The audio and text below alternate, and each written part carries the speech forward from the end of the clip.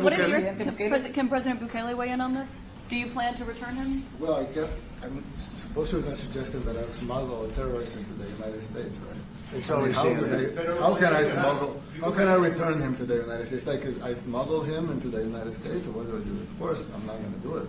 It's like, the question is preposterous. How can I smuggle a terrorist into the United States? I don't have the power to return him to the United States. But you can release him inside of Salvador. Yeah, but I'm not releasing. I mean, we're not very fond of releasing terrorists into our country. I mean, we just turned the murder capital of the world into the safest country of the Western Hemisphere, and you want us to go back into releasing criminals so we can go back to being the murder capital of the world? No, that's not going to happen. Well, they'd love to have a criminal, released into our I mean, there's a fascination. They would love it. Yeah. They're sick. These are sick people. Marco, do you have something to say about Yeah, I mean, Stephen outlined it. I don't understand what the confusion is.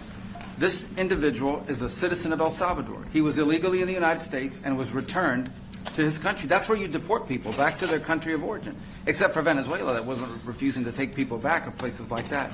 I can tell you this, Mr. President. No, the foreign policy of the United States is conducted by the President of the United States, not by a court. And no court in the United States has a right to conduct the foreign policy of the United States. It's that simple. End of story. And that's what the Supreme Court held, by the way, to Marco's point. The Supreme Court said exactly what Marco said, that no court has the authority to compel the foreign policy function of the United States. We won a case 9-0, and people like CNN are portraying it as a loss, as usual, because they want foreign terrorists in the country who kidnap women and children. But President Trump, his policy is foreign terrorists that are here illegally get expelled from the country, which, by the way, is a 90-10 issue.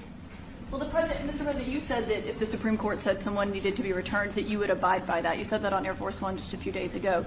And they said that it must be facilitated.